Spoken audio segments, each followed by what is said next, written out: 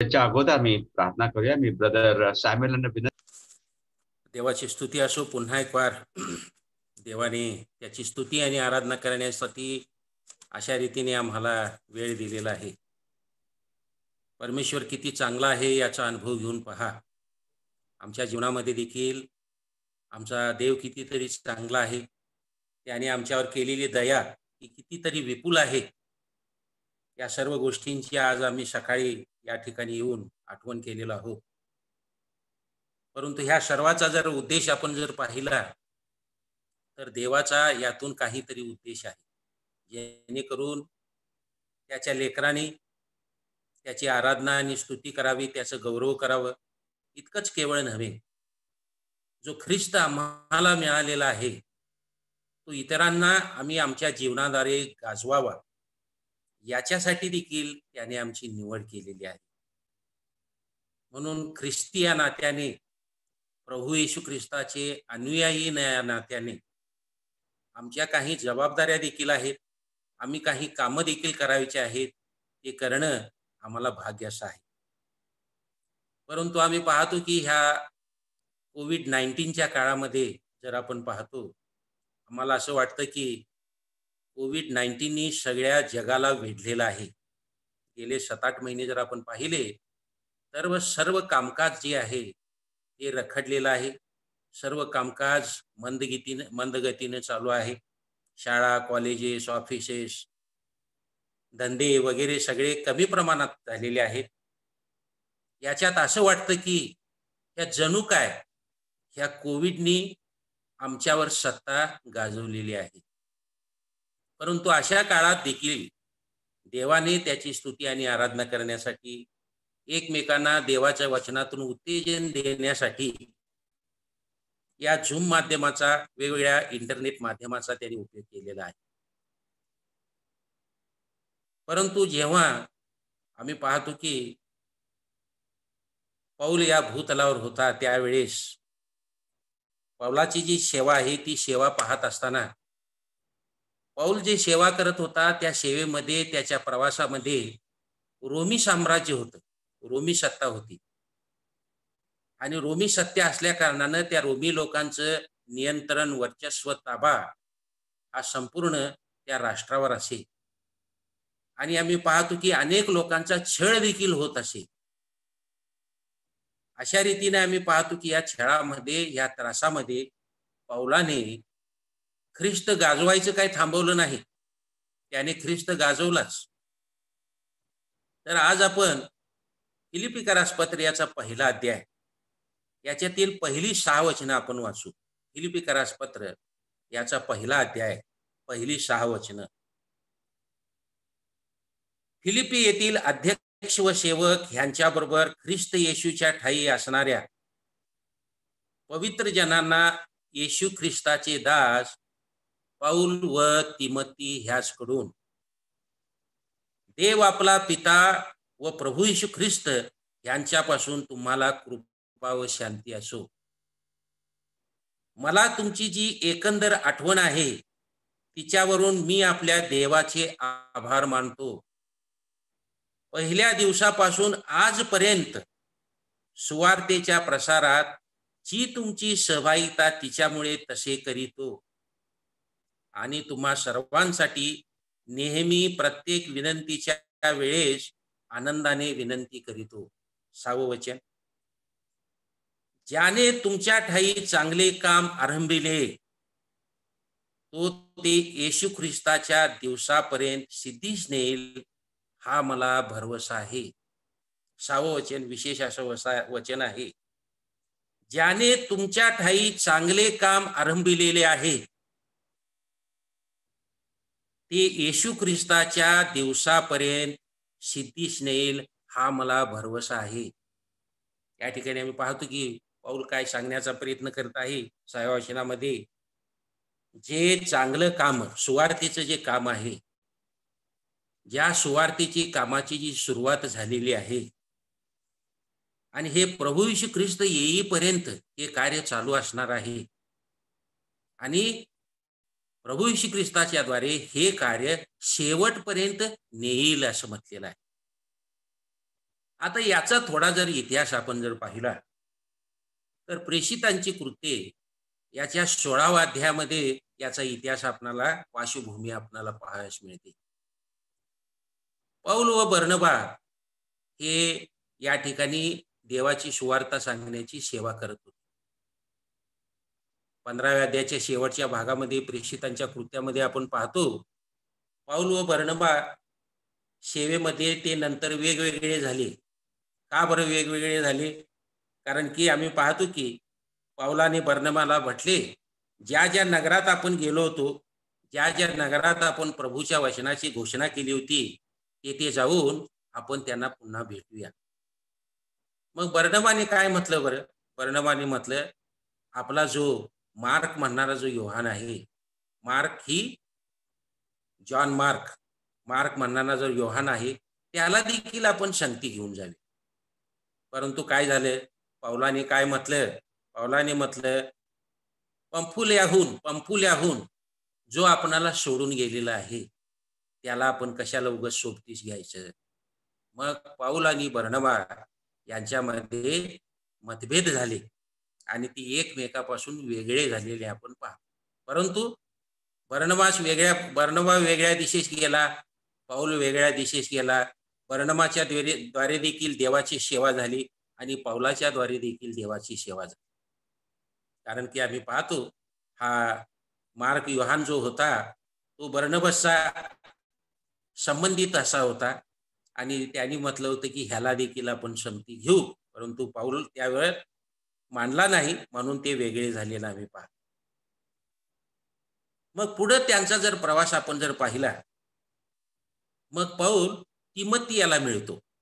तिमोथी म्हणजे लुस्त्र या ठिकाणी तिमोथी होता आणि लुस्त्र या ठिकाणी तिमोथीचं नाव हे फार चांगलं असं होतं.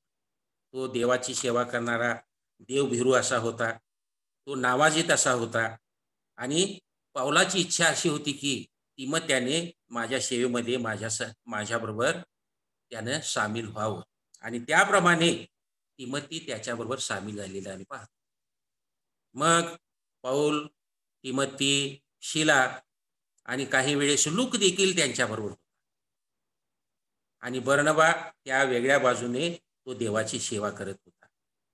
मग आम्ही या ठिकाणी प्रेषितांची कृती या 16व्या अध्यायामध्ये जर पार्श्वभूमी जर पाहिली तर पौलाचा आशिया मायनरचा प्रवास आम्ही पाहतो. त्या आशिया मायनरचा जर प्रवास आपण जर पाहिला तर पौल मॅसेडोनिया या ठिकाणी जातो आणि मॅसेडोनियामधील त्या ठिकाणी फिलिपी या गावाला जातो. म्हणजेच ही फिलिपिकाची मंडळी, फिलिपिकाच्या मंडळीला जे पत्र लिहिलेलं आहे, त्या पत्र लिहिलेल्याची जर पार्श्वभूमी जर आपण पाहतो तर पौल मॅसेडोनियामधील फिलिपीला जातो आणि त्यावेळेस आम्ही पाहतो की या युरोप खंडामध्ये सुवार्तेचं पहिलं कार्य जे आहे ते चालू झालं, म्हणजे ते ह्या फिलिपेकराच्या सभास्थानामध्ये जाऊन त्यानं जे कार्य सुरुवात केलं. त्या ठिकाणी कसं कार्य सुरुवात झालं बरं?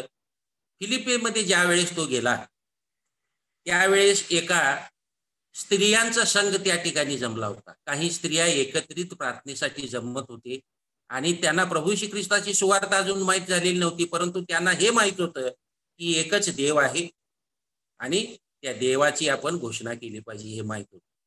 परंतु इतर जे लोक होते ते मानणारे असे होते की भरपूर असे देव आहेत असं ते मानणारे होते, परंतु ही विशिष्ट अशी ही त्या जो स्त्रींचा जो गट आहे त्यांचं हे मानणं होतं की एक देव आहे. मग त्या ठिकाणी देखील पौल जातो आणि पौल त्या ठिकाणी जाऊन आम्ही पाहतो की ज्या ठिकाणी ते प्रार्थनेसाठी जमले होते तो शब्बात दिवशी जातो, वेशीबाहेर नदीकाठी जेथे प्रार्थना होत असते त्याला तिथे जाऊन तो बसतो आणि ज्या स्त्रिया तेथे जमले होत्या त्यांच्याबरोबर तो बोलू लागतो. आणि त्या स्त्रिया कोण होत्या बरं? त्या स्त्रियामध्ये तेथे लुदिया नावाची कोणी एक स्त्री होती. लुदिया नावाची एक कोणी स्त्री होती. तिचं काय काम बरं होतं? ती थुवतिरामध्ये होती. ती जांभळे वस्त्रे विकत असे, जांभळे वस्त्रे विकणारी अशी होती. तिचं काम ते होतं आणि तिच्याजवळ तो गेला आणि आम्ही पाहतो की शेवटी देवाची भक्ती करणारी होती, ती देवाची भक्ती करणारी अशी होती आणि तिनं पावलाचं भाषण ऐकलं. मग पावलाचं भाषण म्हणजे काय होतं? प्रभू येशू ख्रिस्ताची सुवार्ता. प्रभू येशू ख्रिस्त आपल्या पापासाठी मरण पावला, तो पुरला गेला, पुन्हा तिसऱ्या दिवशी तो पुनरुत्थित झाला आणि प्रभू येशू ख्रिस्तावर विश्वास ठेव, म्हणजे तुझे व तुझ्या घराण्याचे तारण होईल. ही सुवार्ता सांगणे हे त्याचं काम होतं. हे त्यानं त्या ठिकाणी सांगितलं.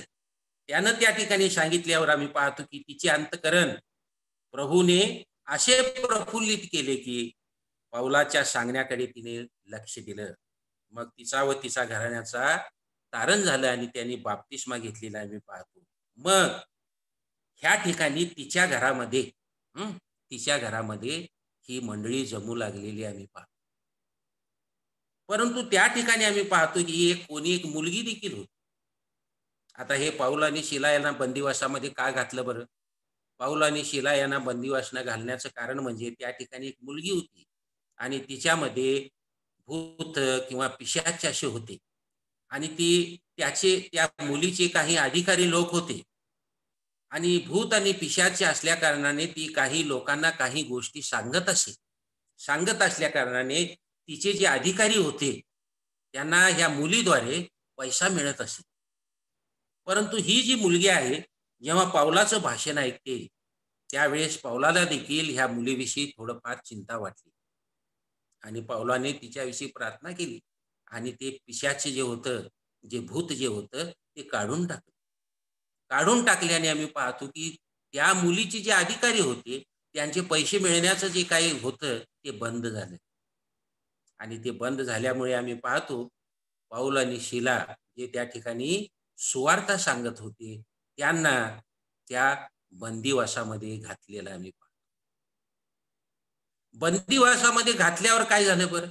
बंदिवासामध्ये घातल्यावर तुम्हाला सर्वांना माहित आहे की ते जरी त्यांनी साखळदंडानं त्यांना बांधलेलं असं होतं, साखळदंडाने त्यांचे पाय देखील बांधले होते, परंतु पाऊल आणि शिला बंदिवासामध्ये देवाचं वचन सुवार्ता सांगेल, गीत गात ते असे होते. परंतु मध्यरात्री काय झालं बरं? मध्यरात्री त्या ठिकाणी भूमिकंप झाला. भूमिकंप झाल्यावर त्या बंदिवासाचा जो नायक आहे त्याला देखील भीती वाटू लागली. सर्व दरवाजे आपोआप उघडले, सर्व साखळदंडे सुटली आणि तो बंदिवासाचा नायक घाबरला आणि तो तलवार घेऊन आता आपणाला स्वतःला मारणार होता. इतक्यात पावलाने म्हटलं, आम्ही सर्व या ठिकाणी आहोत, पळून काही गेलेलो नाही, काही काळजी करण्याची गरज नाही. मग त्या नायकानं, बंदिवासाच्या नायकानं पावलाला विचारलं, मला तारण मिळण्यासाठी मी काय केलं पाहिजे? मग पावलाने सांगितलं, प्रभू येशू ख्रिस्त तुझ्यासाठी मेला आहे, तुझ्या पापांसाठी तो पुरला गेला आहे, पुन्हा तिसऱ्या दिवशी पुनरुत्थित असा झाला आहे. असा जर तू विश्वास ठेवशील तर तुझे व तुझ्या घराण्याचे तारण होईल. आणि आम्ही पाहतो की त्या बंदिवासाच्या नायकाने त्या ठिकाणी प्रभू येशू ख्रिस्तावर विश्वास ठेवला आणि त्याचे घराण्याचे तारण. पावलाने या ठिकाणी सुवार्ता सांगून या ठिकाणी कार्य केले. त्या सांगण्याचा माझा उद्देश काय आहे? जरी या ठिकाणी रोमी लोकांचं पहिल्या शतकामध्ये त्यांचं वर्चस्व होतं, त्यांचं नियंत्रण असं होतं, परंतु प्रभू येशू ख्रिस्ताच्या द्वारे देवाचं जे सुवार्तेचं जे कार्य आहे, अशा प्रसंगामध्ये देखील, अशा वातावरणामध्ये देखील जरी अडखळ नव्हती तरी देखील थांबलेलं नाही. आज आपणाला असं वाटतं की या करोना व्हायरसनं किंवा कोविडनं आपल्या संपूर्ण या जगावर ताबा घेतलेला आहे असं वाटतं आणि देवाचं जे कार्य आहे ते तितकंसं पुढे चालत आहे किंवा नाही असं आम्हाला वाटतं, कारण की आम्ही एकत्रित जमत नाही. जमण्यास देखील बंदी आहे. एकत्रित आम्ही येऊन भाकर मोडलेली नाही, प्याला घेतलेला नाही, काही बंधनं आहेत, या सर्व गोष्टी आहेत. याचा अर्थ ह्या कोविड-19 ह्याच्यावर नियंत्रण घेतलेलं आहे काय? वेगवेगळे प्रसंग असतील, वेगवेगळ्या समस्या असतील, वेगवेगळं वातावरण असेल, परंतु देवानं जे कार्य चालू केलेलं आहे फिलिपी 1 आणि 6 मध्ये सांगितलेल्याप्रमाणे फिलिपीकरास पाऊल काय म्हणत आहे, देवाने जे प्रभू येशू ख्रिस्ताच्या द्वारे जे काम चालू केलेलं आहे ते तो सिद्धीस नेल्या वाचून संपूर्ण म्हणजे शेवटपर्यंत नेल्या वाचून तो थांबणार नाही. त्या ठिकाणी पौलाच्या जीवनामध्ये ते देखील ते झालेलं आहे बघा. जरी रोमी लोकांचं त्या ठिकाणी सत्ता होती, रोमी लोक छळ करत होते, रोमी लोकांना लोक घाबरत होते, रोमी लोकांची सत्ता होती, त्यांचं वर्चस्व होतं, तरी देखील सुवार्तेचं कार्य थांबलं नाही. कारण की देव त्यांच्यामध्ये होता, देवाचं कार्य चालू असं होतं. आणि हे कधी संपणार? पण प्रभू येईपर्यंत आमचं हे कार्य चालूच असणार आहे. आमचं वर्क इन प्रोग्रेस हे चालू असणारच आहे. आमची हे सुवार्तेचं कार्य, प्रभूची सेवा, प्रभूचं कार्य तो येईपर्यंत हे चालूच असणार आहे. आणि तो सिद्धीच नेल्या वाचून शेवटपर्यंत नेल्या वाचून राहणार नाही. कसलाही प्रसंग असो, कसलाही व्हायरस असो, कसलीही स्थिती असो, कसलंही कोविड-19 असो, देवाचं कार्य थांबणार नाही. पौलाच्या बाबतीत देखील हेच झालेलं आहे. पौलाला हे सगळी सेवा करत असताना त्याला बंदिवासामध्ये घातलं. पौल आणि शिला बंदिवासामध्ये होतं. देवाचं कार्य थांबलं का? देवाचं कार्य थांबलं नाही. आम्ही पाहतो की तुरुंगामध्ये असताना देखील देवाने त्याचं सामर्थ्य दाखवलं. त्या तुरुंगाच्या बंदिवासाच्या नायकाचं त्याने तारण केलं. शेवटी आम्ही पाहतो की नंतर तो कुठं जातो पौल? थेसलोनिकामध्ये. थेसलोनिकामध्ये जाऊन यहुद्यांचं जे सभास्थान आहे त्या ठिकाणी जाऊन 3 शब्बात त्या ठिकाणी त्या 3 शब्बाताला तो त्यांच्याबरोबर राहून शास्त्रातून वादविवाद करतो. आणि शास्त्रातून वादविवाद करत असताना प्रभू येशू ख्रिस्ताच्या द्वारे पुनरुत्थान आहे. प्रभू येशू ख्रिस्त जसा मरणातून पुन्हा उठला तसे आम्ही देखील प्रभू येशू ख्रिस्तावरील विश्वास ठेवणारे पुन्हा उठणार आहोत, या संदर्भात त्यांनी सांगितलं. मग थेसलोनिकराच्या लोकांनी काय विचारले, की प्रभू येशू ख्रिस्ताचं पुनरुत्थान आणि जे विश्वासात मेलेले आहेत, जे विश्वासणारे आहेत त्यांचं पुनरुत्थान याच्याबद्दल काय? म्हणून आपण पाहतो थेसलोनिकराच्या पत्रामध्ये पौलाने प्रभू येशू ख्रिस्ताचं जे पुनरुत्थान आहे, प्रभू येशू ख्रिस्तामध्ये जे मेलेले विश्वास ठेवणारे जे लोक आहेत, प्रभूमध्ये मेलेले जे लोक आहेत त्यांचं पुनरुत्थान कसं असेल याविषयी त्या थेसलोनिकरांसाठी त्यांनी ते विवरण केलेलं आहे. मग थेसलोनिकरात झाल्यावर पाऊल कुठं जातो बरं? पाऊल बिरुआ येथे जातो. बिरुआ येथे जातो. आणि हे बिरुआ येथील लोक जे आहेत त्यांनी देखील आम्ही पाहतो की पाऊलाची सुवार्थ आहे. परंतु बिरुआ येथील जे लोक होते, जे ते वचन ऐकत असत, ते वचन सहज गतीने ते स्वीकारत नसत. त्या वचनाची पडताळणी करून ते पाहत असत. वचन बरोबर आहे किंवा नाही याची ते तुलना करून घेत असत. आणि आम्ही पाहतो की ह्यामध्ये ह्या देवाच्या ज्या गोष्टी ज्या आहेत ह्या अशाच प्रकारच्या आहेत काय, ह्याच्यात सत्य आहे काय, याच्यामध्ये ते शोध करणारे असे लोक होते. शोध करणारे असे लोक. मग बिरुआमध्ये देखील या ठिकाणी पौलाने सेवा केलेली आहे. सांगण्याचा अर्थ या ठिकाणी काय आहे? या सर्व कठीण प्रसंगामध्ये देवाचं कार्य थांबलं नाही. देवाचं कार्य थांबलं नाही. पहिल्या शतकामध्ये ही जी मंडळी स्थापन झाली, पहिल्या शतकामध्ये त्यामध्ये देखील कठीण प्रसंग होता. आज देखील मी या जगामध्ये जीवन जगत आहोत, आज देखील कठीण प्रसंग आहे.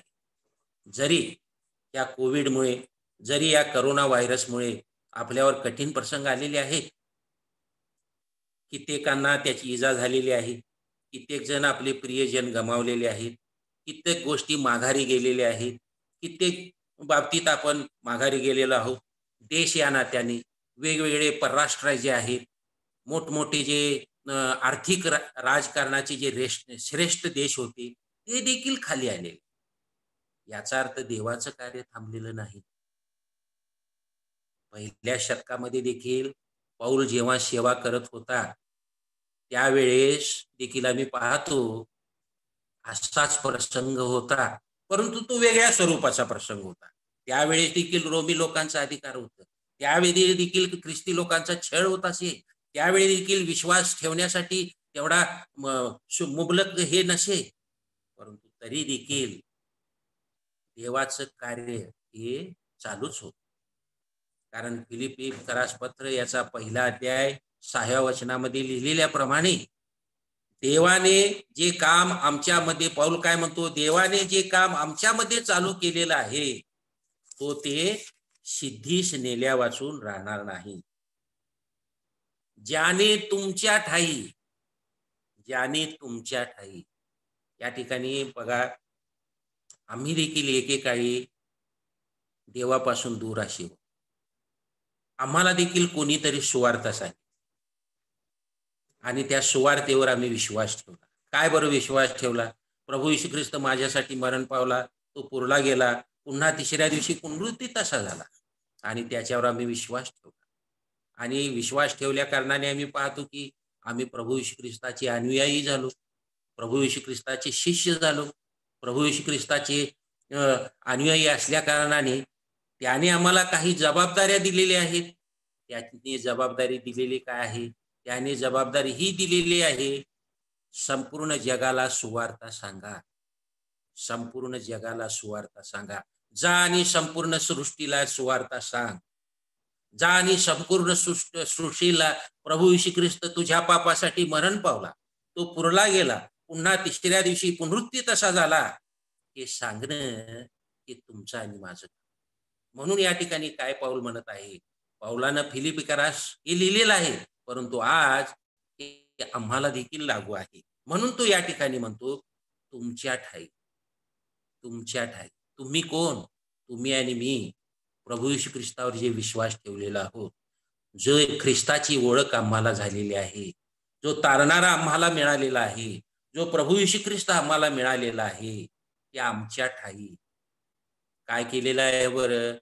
देवाने चांगलं कार्य, सुवार्तेचं कार्य आमच्याद्वारे चालू केलेलं आहे, जेणेकरून आम्हाला जो ख्रिस्त मिळालेला आहे तो आम्ही इतरांना सांगावा. आणि हे करत असताना या जगामध्ये आपणाला पुष्कळ अडचणी आहे, पुष्कळ अडचणी. पौलाला देखील पुष्कळ अडचणी होती, याला बंदिवासामध्ये घातलं. तसं तर आम्हाला बंदिवासामध्ये कोण घातलेलं नाही अजूनपर्यंत, परंतु काही प्रसंग येतील. परंतु आणि या जगाच्या भूतलावर जे वेगवेगळे देश आहेत, त्या देशामध्ये ज्यांनी सुवार्ता सांगितलेली आहे त्यांना छळ सोसावा लागलेला आहे, त्यांना तुरुंगामध्ये घातलेला आहे, त्यांना मारून टाकलेला आहे, त्यांचा छळ झालेला आहे, त्याच्या कुटुंबियाचा नाश झालेला आहे. हे सर्व प्रसंग आता देखील घडत आहे, परंतु ख्रिस्ताचं कार्य थांबलेलं नाही. म्हणून या ठिकाणी आम्ही पाहतो, जे तुम्ही म्हणजे तुमच्या ठाई जे चांगले काम आरंभलेलं आहे ते कधी बरं शेवटी कधी होणार आहे? प्रभू येशू ख्रिस्त येईपर्यंत. म्हणजे याचा अर्थ आमचं हे दररोज काम चालू आहे, आवर वर्क इज इन प्रोग्रेस. याचा शेवट कधी होणार? जेव्हा प्रभू येशू ख्रिस्त पुन्हा येईल, त्यावेळेस शेवट. म्हणून या ठिकाणी म्हटलेलं आहे, जे काम त्याने आरंभलेले आहे तो येशू ख्रिस्ताच्या दिवसापर्यंत, प्रभू येशू ख्रिस्त येईपर्यंत ते सिद्धीस नेल असा मला भरवसा आहे. या ठिकाणी पौल त्याचा जो काही अनुभव आहे, त्याच्या सेवेचा, त्याच्या प्रवासाचा, वेगवेगळे मंडळी स्थापलेला, वेगवेगळ्या मंडळींना पत्र लिहिलेला अनुभव या ठिकाणी तो सांगत, अनुभव या ठिकाणी. प्रिय बंधू आणि भगिनीनो, आम्ही पाहतो की देवाने तुमची आमची निवड केलेली आहे. आम्ही कसे आहोत? आम्ही मातीसारखे आहोत. परंतु यिर्मयाच्या पुस्तकामध्ये सांगितलेल्याप्रमाणे आमचा देव कोण आहे? तो कुंभार आहे. आणि आम्हाला या मातीपासून म्हणजे आमच्यापासून आम्हाला विशिष्ट असा आकार देण्यासाठी, विशिष्ट असं बनवण्यासाठी त्याला वेळ लागतो. ते लगेचच काय तयार होत नाही. आम्ही पाहतो की मातीचं चिखल बनवावं लागतं, चिखल ते व्यवस्थित तुडवावं लागतं. या सर्व गोष्टी यिर्मयामध्ये आहेत. तुडवावं लागतं. मग तुडवल्यानंतर त्या गोल चक्रावर ठेवावं लागतं. चक्रावर ठेवल्यानंतर तो आकार त्याला द्यावा लागतो. असंच आमच्या जीवनामध्ये देखील आहे. आम्ही देखील एकेकाळी मातीसारखे. आम्हाला आकार कोण देत आहे बरं? आम्हाला आकार देव देत आहे, जेणेकरून आम्ही त्याचं उपयोगी पात्र व्हावं, आम्ही त्याचं उपयोगी भांड व्हावं, याच्यासाठी तो आम्हाला आकार देत असतो. आणि ही आकार देण्याची जी प्रक्रिया आहे ही चालूच आहे. आणि आकार देत असताना आमची जबाबदारी काय आहे, की आम्ही इतरांना प्रभूविषयी सुवार्ता सांग. आम्ही प्रभूविषयी पात्र या नात्याने त्याची सुवार्ता सांगणे हे आमचं काम. बंधू आणि भगिनींनो, त्याने आम्हाला त्याचं पात्र म्हणून निवड केलेलं आहे, त्याचं भांड म्हणून निवड केलेली आहे. आणि आमचा कुंभार कोण आहे? कुंभार देव स्वतः आहे. त्याने आम्हाला विशिष्ट असं पात्र निर्माण केलेलं आहे. कदाचित आम्ही पाहतो की आमच्या वेगवेगळ्या जबाबदाऱ्या असतात. आता जर पात्राविषयी जर बोलायला गेलं, भांड्याविषयी जर बोलायला गेलं, तर वेगवेगळी भांडी असतात. वेगवेगळ्या भांड्यांचं काम वेगवेगळं असतं. ताटाचं काम ताटाचं असतं, तांब्याचं काम पाणी पिण्याचं असतं, मडक्याचं काम पाणी साठवण्याचं असतं. ह्या पात्राची कामं जी आहेत, या भांड्याची जी कामं आहेत, ती वेगवेगळी अशी आहेत. आम्ही तुम्ही जे आहोत ते देवाचे पात्र असे आहोत. आणि देवाचे पात्र या नात्याने त्याने आम्हाला काही जबाबदाऱ्या दिलेल्या आहेत. जबाबदाऱ्या, ह्या जबाबदारी पार पाडत असताना मोठी जी जबाबदारी आहे, ती मोठी जबाबदारी म्हणजे जा आणि जगाला सुवार्ता सांग. मत्ती कृषीवर्तमान याचा 28वा अध्याय 18, 19 आणि 20 ही वचनं आपणाला पाठ आहे. त्या वचनामध्ये काय सांगितलेलं आहे बरं? आपण हा भाग पाहिला. कोणता भाग पाहिला? पौलाने फिलिप्पीकरास पत्र लिहिलं, त्याची थोडी पार्श्वभूमी पाहिली. त्या पार्श्वभूमीनंतर आम्हाला हे समजून आलं, कोणताही प्रसंग असला तरी, कसलंही वातावरण असलं तरी, कसाही आमचा छळ होत असला तरी, कोणतंही अडखळण आलं तरी, देवाचं कार्य जे त्यानं आरंभलेलं आहे ते तो बंद करत नाही. तो ते सिद्धीच नेल्या वाचून राहणार नाही. आणि हे करत असताना आम्ही पौलाचं पहिल्या शतकातील त्याच्या ज्या मंडळीचे जे प्रवास आहेत, वेगवेगळ्या गावांना नगरांना त्यांनी जे भेटी दिलेल्या आहेत, त्याविषयी आम्ही पाहिलो. आमची निवड त्याने पात्र म्हणून केलेली आहे. आमची निवड त्यांनी भांडी म्हणून निर्माण केलेली आहे, जेणेकरून आमचं काय काम आहे? त्या भांड्याचं काय तर काम असतं ना. जी भूमिका आहे, जी जबाबदारी आहे, त्याची लेकरं या नात्याने. कारण की या ठिकाणी काय म्हटलेलं आहे? तुमच्या ठाई चांगले काम, तुमच्या ठाई चांगले काम. आमच्या ठाई काय बरं? सुवार्तेचं तर काम आहेच, केलंच पाहिजे. म्हणजे आमच्या काही जबाबदारी आहेत. पहिली जबाबदारी आपण पाहूया. पहिली जबाबदारी म्हणजे जा आणि जगाला सुवार्ता सांग. मत्ती कृषीवर्तमान याचा 28वा अध्याय 18, 19, 20 वचनामध्ये आम्ही पाहतो की काय म्हटलेलं आहे? जा आणि जगाला सुवार्ता सांगा, त्यांना शिष्य करा, त्यांना पिता पुत्र पवित्र आत्मा याच्या नावाने बाप्तिस्मा द्या. आणि हे करत असताना या युगाच्या समाप्तीपर्यंत मी तुम्हा बरोबर आहे. हे आमचं मोठं काम आहे, ही मोठी जबाबदारी आहे. याच्यासाठी तुम्हाला आणि मला त्याने पात्र म्हणून निवडले. त्याने तुम्हाला आणि मला त्याची भांडी म्हणून निवडलेले आहे, जेणेकरून आमचा उपयोग ज्यांना प्रभू येशू ख्रिस्त माहित नाही, ज्यांचं तारण झालेलं नाही, त्यांना आणण्यासाठी, त्यांना प्रभूकडे आणण्यासाठी, त्यांना तारण सांगण्यासाठी, तारण काय आहे हे त्यांना सांगण्यासाठी, सुटका काय आहे, मुक्तीचा मार्ग काय आहे हे सांगण्यासाठी त्याने आमची निवड पात्र म्हणून केलेली आहे. तर पहिली जबाबदारी या ठिकाणी आम्ही पाहतो, जा आणि जगाला सुवार्ता. दुसरी जबाबदारी आपण पाहूया. दुसरी जबाबदारी आहे की मत्ती कृषीवर्तमान याचा 22वा अध्याय आपल्याला सर्वांना माहित आहे. मत्ती कृषीवर्तमान याचा 22वा अध्याय 36 आणि 36 च्या वचना 36 याच्या पुढील काही वचनं जर आपण वाचली तर त्या ठिकाणी आपल्याला दिसून येतं 36 सर्वात मोठ्या आज्ञेविषयी या ठिकाणी प्रश्न निर्माण झालेला आहे. सर्वात मोठ्या आज्ञेविषयी प्रश्न. त्याने सदुक्यास निरुत्तर केले असे ऐकून परुषी एकत्रित जमले आणि त्यातील एका शास्त्राने त्याची परीक्षा पाहण्याकरिता प्रभू येशू ख्रिस्ताची परीक्षा पाहण्याकरिता विचारले. काय बरं विचारले? त्याविषयी प्रभू येशू ख्रिस्त आपल्या पुनरुत्थानाविषयी सांगत होता. पुनरुत्थानाविषयी प्रश्न या ठिकाणी निर्माण झालेला आहे. त्यावेळेस सर्वात मोठी कोणती आज्ञा? यावेळेस 36व्या वचनामध्ये म्हटलेलं आहे, गुरुजी नियमशास्त्रातील कोणती आज्ञा मोठी आहे? तो त्याला म्हणाला, तू आपला देव परमेश्वर ह्याच्यावर पूर्ण अंतकरणाने, पूर्ण जीवाने व पूर्ण मनाने प्रीती कर. हीच मोठी व पहिली आज्ञा आहे.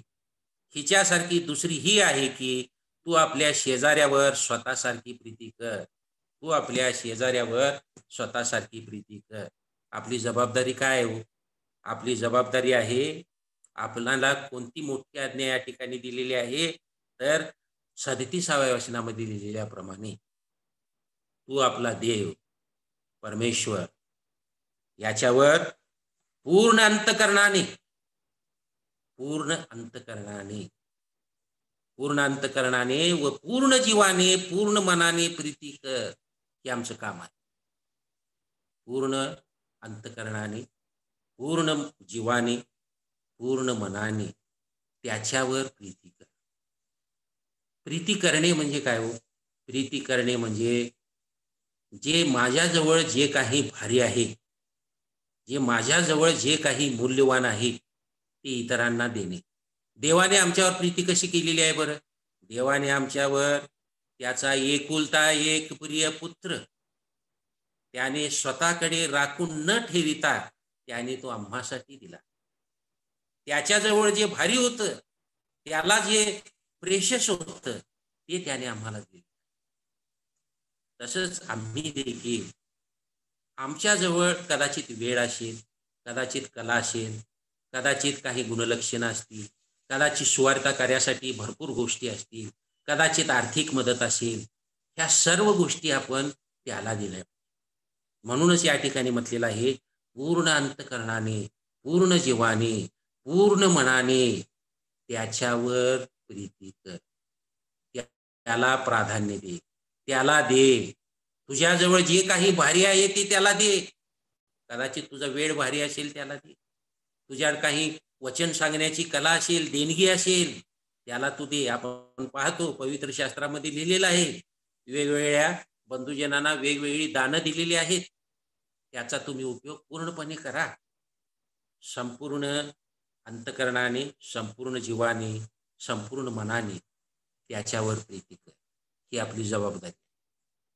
म्हणजे याचा अर्थ सदा सर्व काळ देव आमच्या बरोबर पाहिजे. देवाबरोबर मी आणि माझ्यावर देव. मी जे काही आहे ते देवाला देतो आणि देव जे काही त्याच्याजवळ आहे ते मला देतो. पूर्ण अंतकरणाने, पूर्ण मनाने, पूर्ण जीवाने त्याच्यावर प्रीती कर. ही आमची जबाबदारी आहे. ही आमची जबाबदारी आहे. त्याची लेकरे या नाते. गलतीकरासपत्र याचा 6वा अध्याय. गलतीकरासपत्र याचा 6वा अध्याय. याच्यामध्ये देखील आपण आपली जबाबदारी काय आहे, आपली ख्रिस्ताचे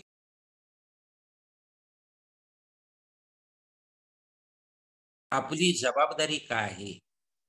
कारण की आम्ही पाहतो की फलदायी व परिपूर्ण जीवन जगण्यासाठी, फलदायी व परिपूर्ण जीवन जगण्यासाठी आपण ह्या गोष्टी केल्या पाहिजेत.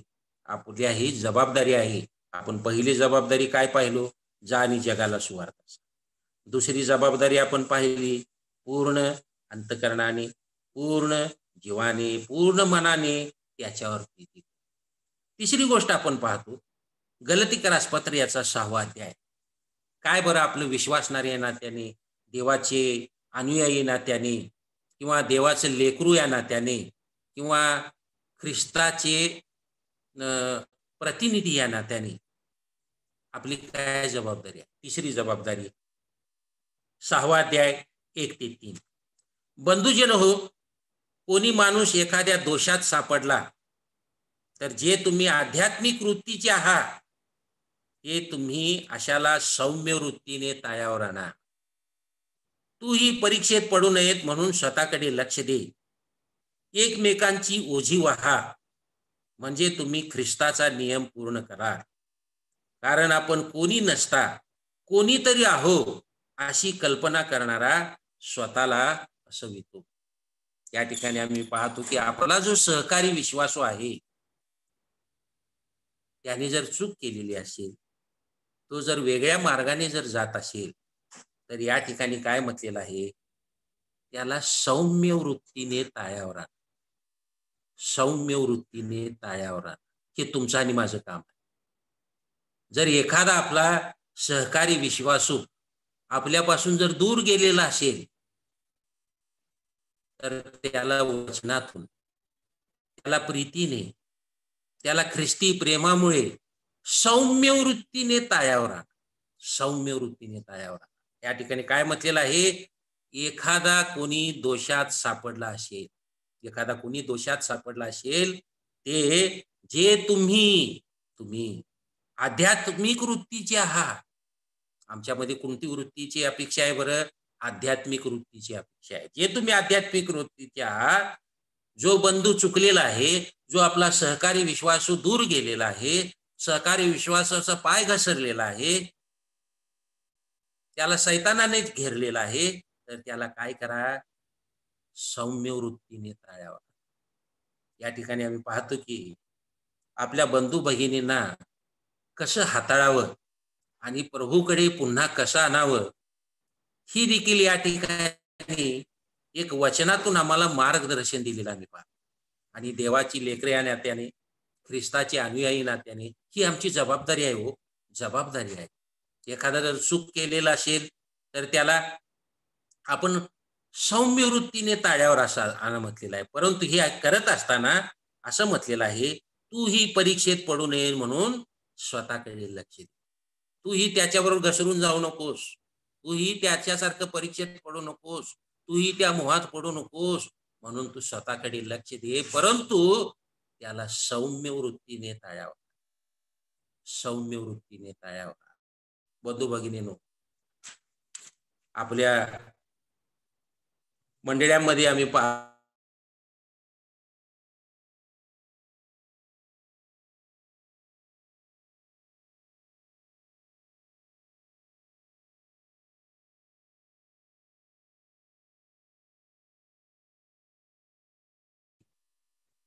यांची आपण हाताळणी कशी केली हो?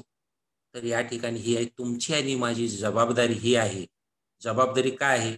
माझा विश्वासू सहकारी जो प्रभूपासून दूर केलेला आहे, प्रभूच्या सहभागितेमध्ये येत नाही, तो पापामध्ये पडलेला आहे, दोषामध्ये सापडलेला आहे, तर तुम्ही आणि मी जे आध्यात्मिक वृत्तीचे जे आहोत त्यांनी सौम्य वृत्तीने त्याला ताळ्यावर. हे आपले काम आहे. हे आपलं काम. हे आपण जर असं करू तर बरेच आपले आत्मे देवापासून जे दूर गेलेले आहे सहभागितेपासून, ते आपणाला आणता येतील. पुढे असं म्हटलेलं आहे, एकमेकांची ओझी वहा, म्हणजे तुम्ही ख्रिस्ताचा नियम पूर्ण करा. एकमेकांची ओझी वाहणे ही आमची जबाबदारी. एकमेकांचं दुःख सहन करणे, एकमेकांना पाहणे, एकमेकांच्या अडचणी बघणे, एकमेकांना आधार देणे, हे आमचं काम आहे. हे आमचं काम. म्हणून या ठिकाणी तिसऱ्या प्रकारची जबाबदारी आपण ही पाहिलो. गलातीकरास पत्र याचा 6वा अध्याय 1 ते 3 मध्ये आपण पाहिलो की आपला जो सहकारी विश्वासू आहे, जर तो चुकला असेल तर त्याला सौम्य वृत्तीने ताळ्यावर आणा. तिताला पत्र, याच तिताला पत्र, टायटस चॅप्टर 3, टायटस चॅप्टर 3, तिताला पत्र याचा 3रा अध्याय. तिताला पत्र याचा 3रा अध्याय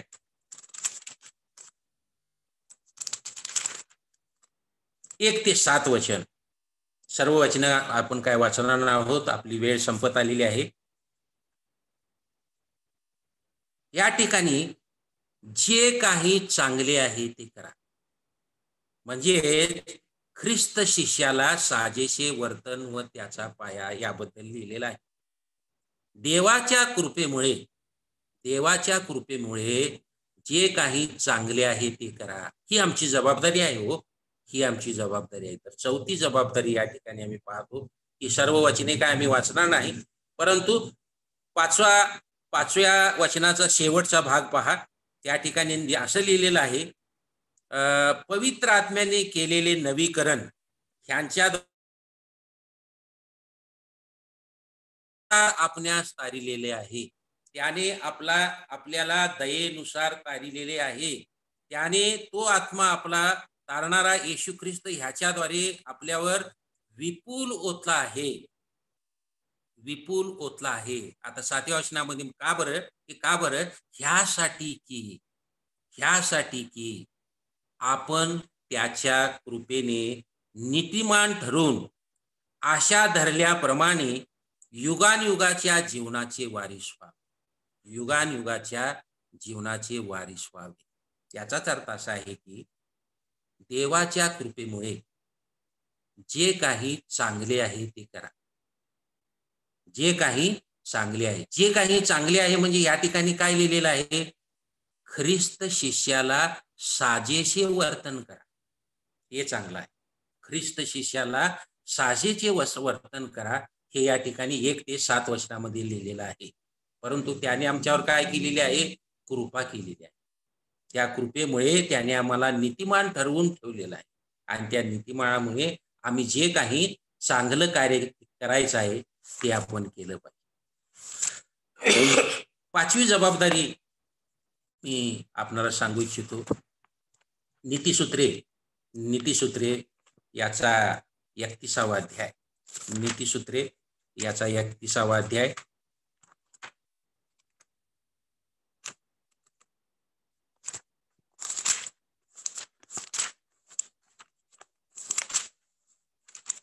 नीतिसूत्रे 31, 8 आणि 9 वचन पहा. नीतिसूत्रे 31, 8 आणि 9 वचनामध्ये असं लिहिलेलं आहे, मुक्यांच्या वतीने आसन्न मरण झालेल्यांच्या वतीने आपले तोंड उघड, आपले मुख उघड, धर्माने न्याय कर, गरीब व कंगाल यास न्याय मिळू दे. याचाच अर्थ असा आहे की जे गरजवंत आहेत त्यांना समर्थन कर, त्यांचं रक्षण कर, त्यांचं बचन कर, त्यांचा बचाव कर. व्हॉइस फॉर दी व्हॉइसलेस, जे बोलू शकत नाही, जे आवाज उठवू शकत नाही, जे आपली बाजू मांडू शकत नाही, तरी सत्य आहेत तरी देखील करू शकत नाही, त्यांच्याबद्दल तू रदबदली कर. हे आपण नीतिसूत्रे याचा 31व्या अध्यायामध्ये आपण पाहतो. मुक्यांच्या वतीने, जे बोलू शकत नाही, जे आवाज उठवू शकत नाही, जे न्याय मागू शकत नाही, त्यांच्या वतीने तू बोल, त्यांच्या वतीने तू रदबदली कर, त्यांच्याविषयी तू सांग, त्यांची बाजू बरोबर आहे, त्यांना तू समर्थन कर, त्यांचं तू रक्षण कर, त्यांचा तू बचाव कर. काही लोक अशिक्षित असतील, काही लोक गरीब असतील, काही लोकांचं बोलण्याचं धैर्य नसेल, काही लोकांना भाषेचं अडचण असेल, वेगवेगळ्या गोष्टी असतील, पण त्यांची बाजू मांडणे, त्यांना योग्य ती गोष्ट मिळवून देणे, त्यांना न्याय देणे, हे तुमचं आमचं काम आहे. बंधू भगिनींनो, आज जे आम्ही पाहिलेलं आहोत, जे देवाने जे कार्य आरंभिलेलं आहे ते तो सिद्धीस नेल्या वाचून राहणार नाही. प्रसंग कोणताही असो, कोविडने आमचं काही नियंत्रण घेतलेलं नाही. देवाच्या कार्यासाठी त्याने आमच्यावर ताबा ठेवलेला नाही. पावलाच्या सेवेमध्ये 1ल्या शतकामध्ये देखील आम्ही पाहतो की जो रोमी लोकांचं जे नियंत्रण साम्राज्य होतं, जरी ते छळ त्यांचा करत होते, तरी देवाच्या कार्यासाठी त्यांचा ताबा राहिला नाही, त्यांचं नियंत्रण राहिलं नाही. पाऊल आणि शिला जरी बंदिवासामध्ये होते, तरी देखील त्या ठिकाणी देवाचं गौरव झालं आणि मंडळ्या स्थापित झालेल्या आम्ही पाहतो. आम्ही त्या काळामध्ये जरी कोविड-19च्या काळामध्ये असलो, आम्हाला वाटत असेल जगाची आर्थिक परिस्थिती वेगळी झालेली आहे, कामधंदे गेलेले आहेत, या संकट समयी आम्ही आहोत, देवाचं कार्य कसं काय? अजिबात नाही. देवाचं कार्य हे चालू राहणार. देवाचं कार्य प्रभू येशू ख्रिस्त येईपर्यंत तो सिद्धीच नेल्या वाचून राहणार नाही. तो आमच्यावर आहे. परंतु त्याचे राजकीय याजक जण या नात्याने, दूत या नात्याने, मुलं या नात्याने, सेवक या नात्याने, शिष्य या नात्याने त्याने आम्हाला काही जबाबदारी दिलेली आहे. ही जबाबदारी आपण पाहिली. जा आणि जगाला सुवार्ता सांग. जा आणि जगाला सुवार्ता सांग. आपलं जीवन फलदायी व परिपूर्ण जीवन जगण्यासाठी काही जबाबदारी आपण पाहिल्या. त्या म्हणजे जा आणि जगाला सुवार्ता सांग आणि स्वतः समोर व दुसऱ्या समोर देवावर प्रीती कर. संपूर्ण मनाने, पूर्ण जीवाने, पूर्ण अंतःकरणाने त्याच्यावर प्रीती कर. आणि तिसरी गोष्ट आम्ही पाहिलो, आपला जो सहकारी विश्वासू जेव्हा देवापासून दूर जातो, घसरतो, दोषात सापडतो, त्यावेळेस त्याला सौम्यतेने हाताळ. त्यावेळेस आम्ही जे आध्यात्मिक वृत्तीचे म्हणवतो ते आपण त्याला सौम्यतेने प्रभूकडे आणतो. आणि चौथी गोष्ट आपण जबाबदारी पाहिली, देवाच्या कृपेमुळे जे काही चांगले आहे, गीताला पत्र याचा 3 अध्याय 1 ते 7 वचनामध्ये त्याला साजेल असे वर्तन, त्याला साजेल असे तसे वर्तन कर. ते चांगले काम तू कर देवाच्या कृपेमुळे. आणि शेवटी आम्ही पाहिलो नीतिसूत्रामध्ये, जे गरजवंत आहे, ज्यांना बोलता येत नाही, ज्यांना धैर्य नाही, ज्यांना आवाज उठवता येत नाही, सांगता येत नाही, आपली बाजू मांडता येत नाही, त्यांना तू समर्थन कर, त्यांचं तू रक्षण कर, त्यांचं तू बचाव कर, त्यांना तू न्याय दे. हे आपलं काम आहे. बंधू भगिनीनो, पौलाचा जो काळ होता तसा आज देखील हाच काळ आहे. आणि पौलाने फिलिपिकरास मंडळीत जे पत्र लिहिलं ते देवाने आम्हाला जरी अशा या प्रसंगामध्ये जरी ठेवलेलं आहे, तर त्याचं कार्य करण्यास आपण धजू नका. कारण देवाने जे चांगल्या कामाची जी सुरुवात केलेली आहे, तो शेवटपर्यंत नेल्याशिवाय थांबणार नाही. तो आमच्याबरोबर आहे. असं करण्यास देवा मला सहाय्य करो. या संधीबद्दल मी आभार मानतो. धन्यवाद. Over to brother Ruben.